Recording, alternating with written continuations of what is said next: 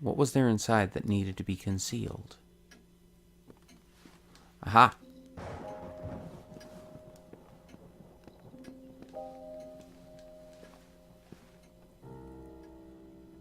I could look around, and I was still free to act.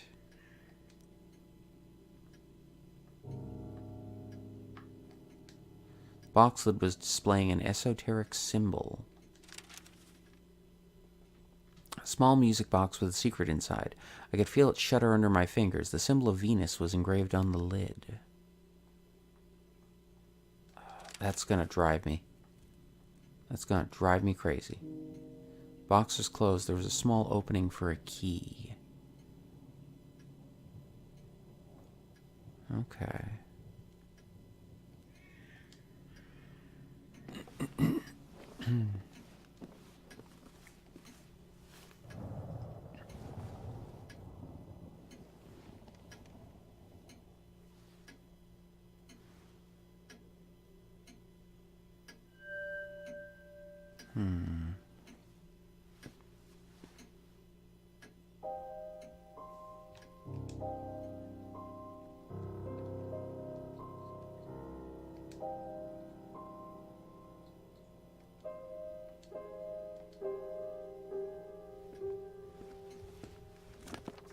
William Vesper's Diary, Excerpt 10. July 3rd, 1929. I watched them from behind the vapors of my whiskey. Drunk men and women who bark at each other like animals. They grab and bite each other in a preposterous parade that seems to arouse them. I am outraged, and yet I am jealous of their foolishness, their ability to just forget everything in this game. Then there's the lovers, leaning and whispering to each other amidst that chaos, confident that their words would find their way to the mind of their significant other. I dream of being in his place, drinking in her words. What could she say to me? What would I answer? Would I tell her I love her? Maybe I wouldn't say a word. Maybe I would hit her. I could be her son. I could be the son of all women. What?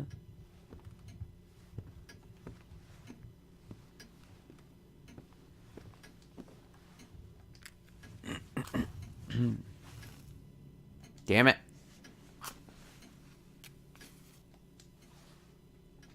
Globe was covered with scribbling.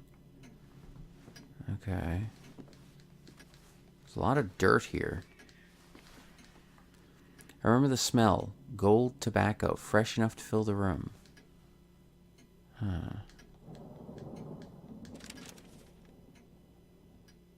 A glamorous crimson lipstick, a wife's, a lover's. That touch of femininity was in stark contrast with the mess in the room. Not with the glass and ashtrays, though. Golden Lips cigarettes. Smoke. The best things are made from the best ingredients. Golden Lips cigarettes are made with the finest Turkish tobacco, finely and rightly braided to bring out all its flavor. So light you'll think you draw on the air of a sunny morning, and yet you shall enjoy all the strength of their distinctive character. Breathe and fly with Golden Lips cigarettes. Join millions of smokers.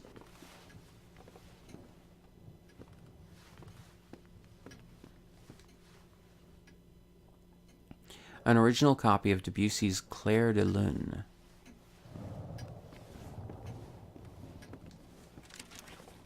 Okay, right.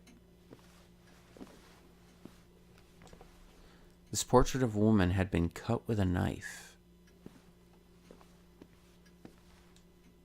There was barely any humanity left in that man's stare.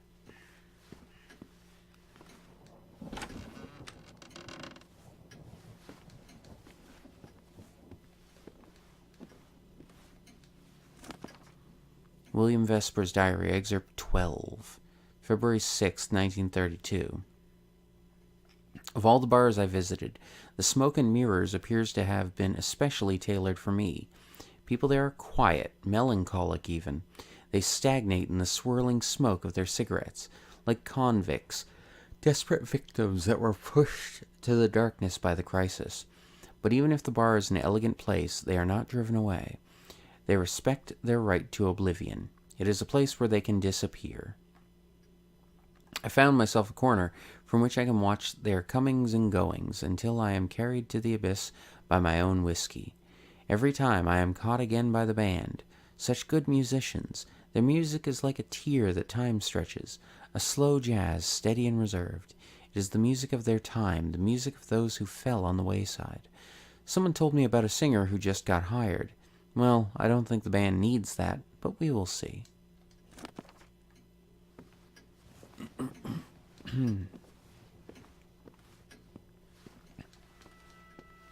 Oh!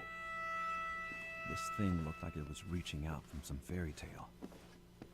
The kind of stories in which kids get devoured by some witch in a dark forest.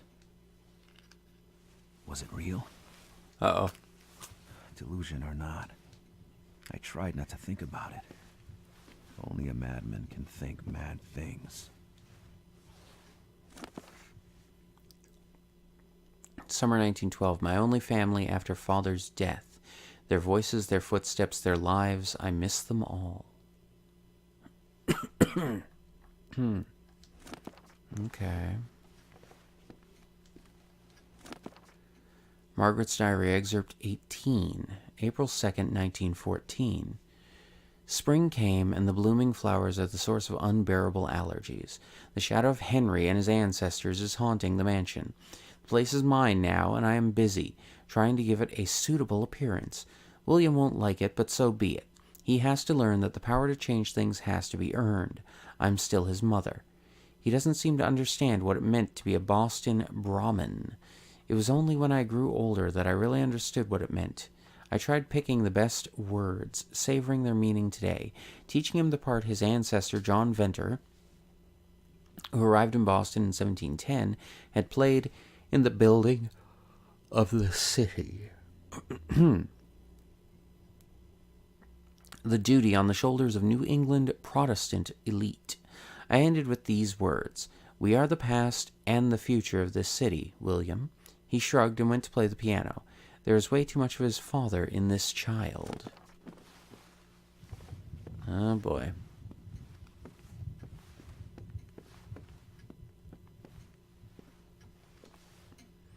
Was it the moon standing alone in the middle of everything?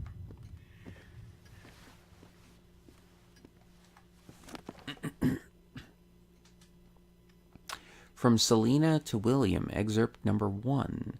Dearest William, you wanted to know more about me. Last time I didn't tell you everything. This letter will make up for this. When I arrive in California in 1930, I am only 18. This is a marvelous place, and the weather is so nice. I spend hours on the beach, astonished to see how brown my Norwegian skin can become. In the evening, I hang near the jazz clubs. In the afternoon, I watch people play on the beach, humming the tunes I heard the night before. Sometimes I try to sing louder than the waves. That's a good exercise. My English is quickly improving thanks to the American songs I already knew in Oslo. At that time, I am barely aware of the social misery that is devouring your country. I am young. I want to be beautiful, to meet people my age, and to sing. In Los Angeles, at the Spice Club, I meet the members of a jazz band. They are talented and funny. We play all night. I forget about the hour and about my parents. They even call the police. At the end of the night, the musicians tell me they are looking for a singer and that they want me. I can hardly believe it. Have you ever felt that you finally belonged somewhere? It feels fantastic. I bet. The gramophone could only play Silent Dust. Hi. I decided to accept her presence. After all, from all those weird things I had seen that night, she was the only one who hadn't tried to kill me. The girl and the gramophone. It seemed that using the gramophone made the girl appear, but it wasn't enough. She needed more, apparently. That puzzle was missing a piece, a link between her and the contraption. Oh, I don't know, maybe a record? Also, where the hell is this thing?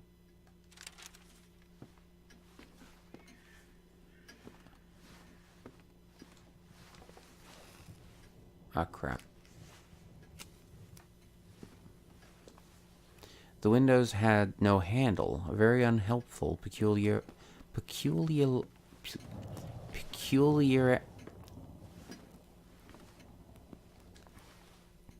Peculiarity. Peculiarity.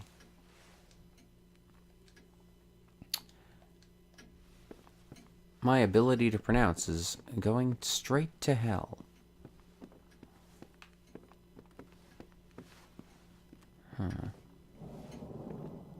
Alright. Slightly worried, but... Oh.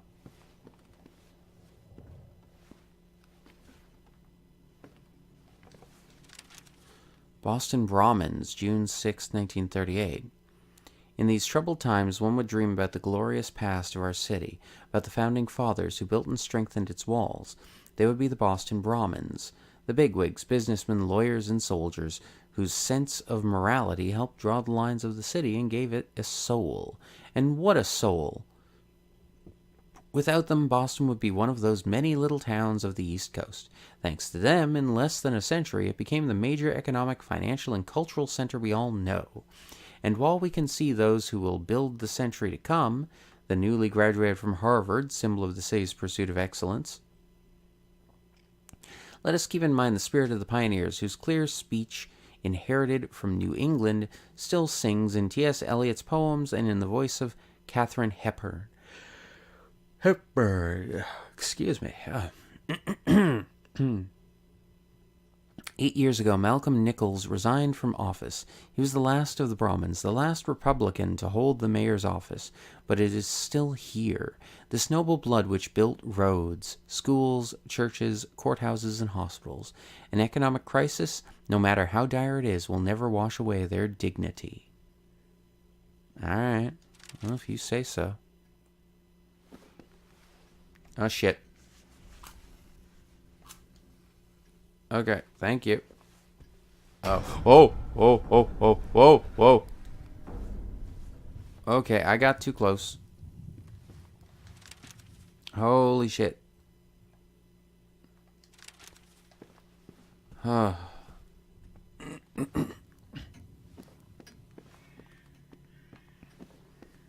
Do I only get that other one if I die?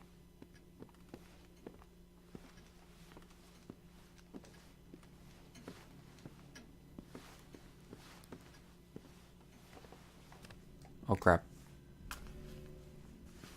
Crap. Thank you.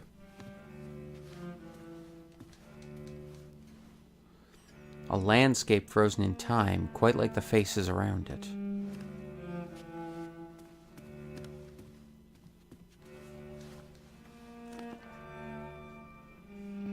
William Vesper's diary excerpt number 9, May 11th, 1928. It has been a year already since Sarah died of pneumonia, a few months after Winterstone became disabled following his heart attack. They were my only friends. Today the house is empty, like every day, filled only with my own echoes and these things I don't want to hear anymore. I miss Father so much. I still see him, playing by my side. I see him put his hands on the piano keys, humming as he was playing music. I think about leaving, but then I wonder, what would that change anyway? Night is everywhere. She would find me. First I have to make my big plan come true, and learn how to live again. I listen to Jack Hilton's Wonderful You, and I realize I've never had anyone to play with. This is what I need, some company, a companion. The city is so close. I guess it is time to leave. They have electricity and light there.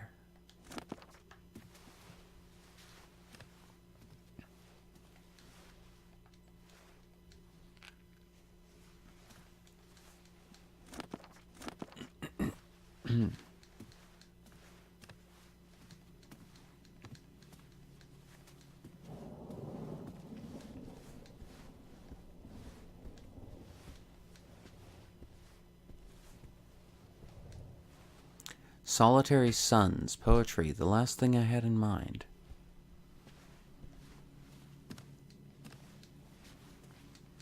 Oh boy. Huh? A log, a good start if I wanted to start a fire. Oh, is there a fireplace in here?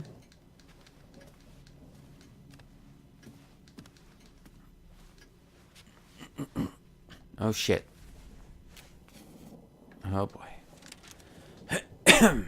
Note to self, kitchen key.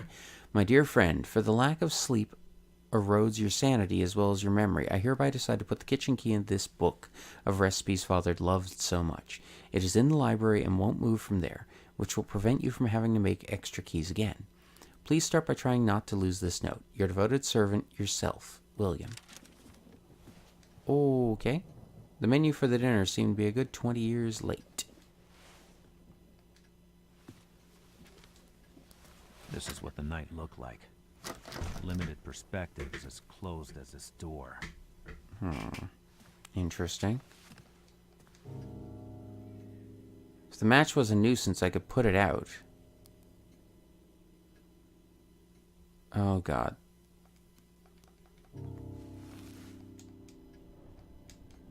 I couldn't see anything.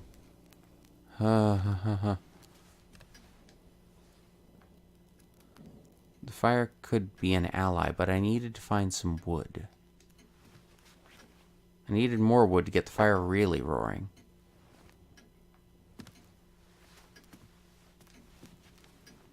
A log, a good start if I want to start. Ah, nice. Okay.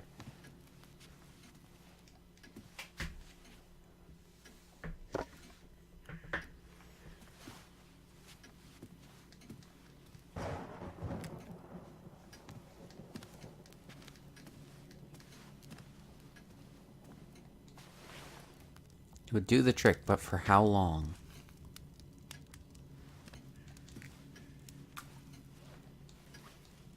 Damn it.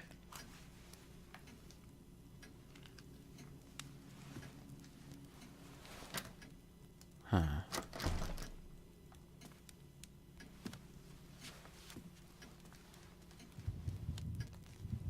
Looked broken and dangerous.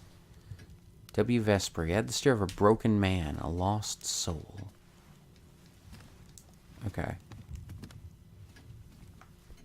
Oh, God.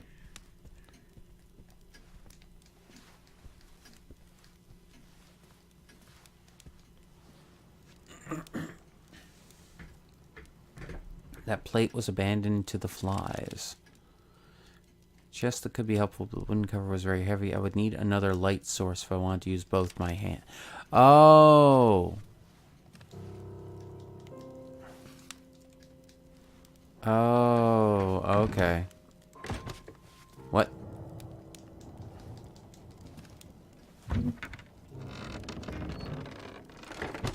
There we go.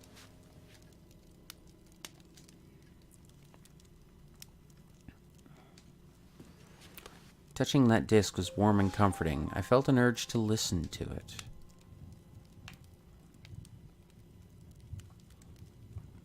Oh.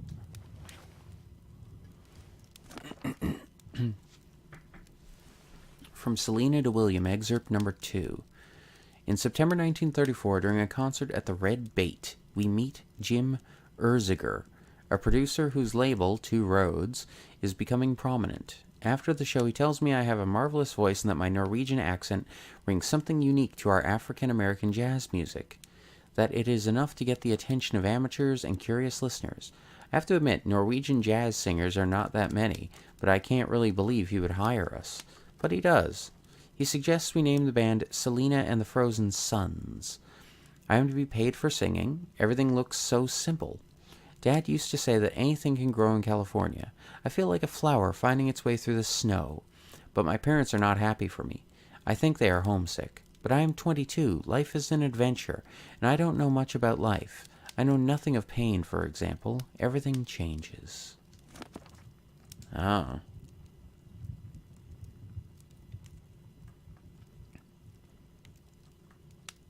There was something else. I know it was there. Aha, there it is. Lipstick, crucifix, astronomy books. Such treasure.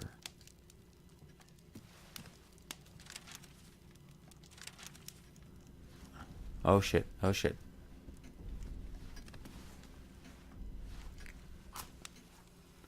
Okay. Time to move. Gotta get to the gramophone. There you are.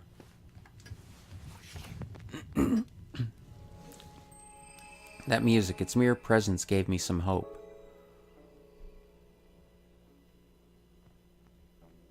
It takes eternity to decide what'll be the best side to fall back on, but he won't tell now.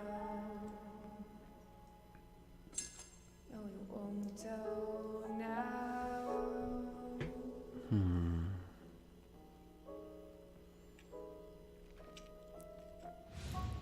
It was her. That girl from the jazz record. Selena Sandvik. The key she left me was an invitation. Was she trying to help me? Or was I heading towards even more troubles?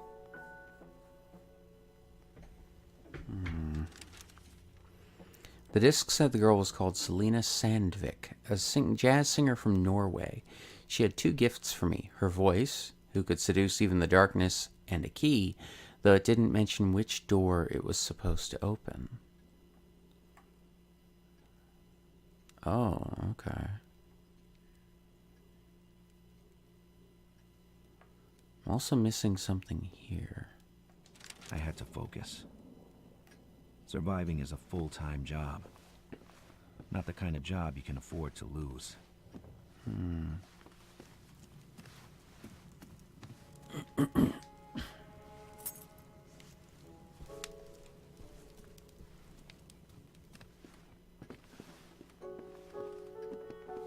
Uh-oh. No, I'm gonna save.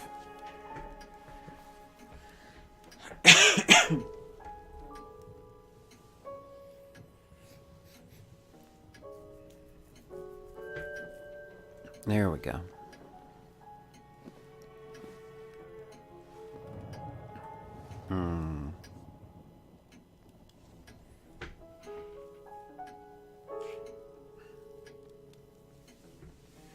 You know what? With that, I think I'll call it here.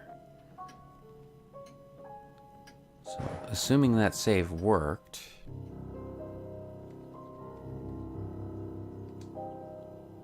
No. Is there a way to go back to the main menu, or no? I don't know. Let me get out of here.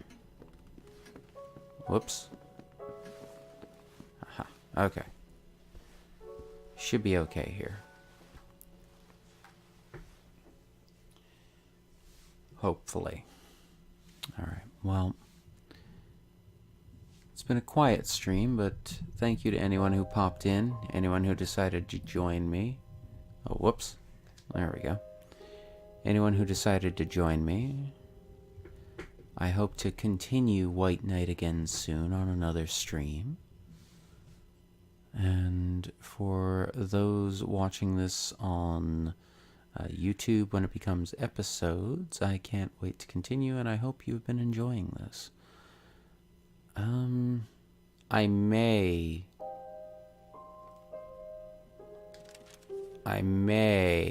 possibly... I don't normally go back and try to do extra things, but... I mean, that seems a little... Like, how could I have missed it? Well, there's this here, too.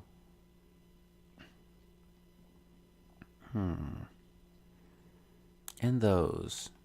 It's a very interesting game. Am I just finding things in the wrong order? I don't know. Either way, I'm going to cut the recording here now in just a moment, so I can't wait to continue this again soon.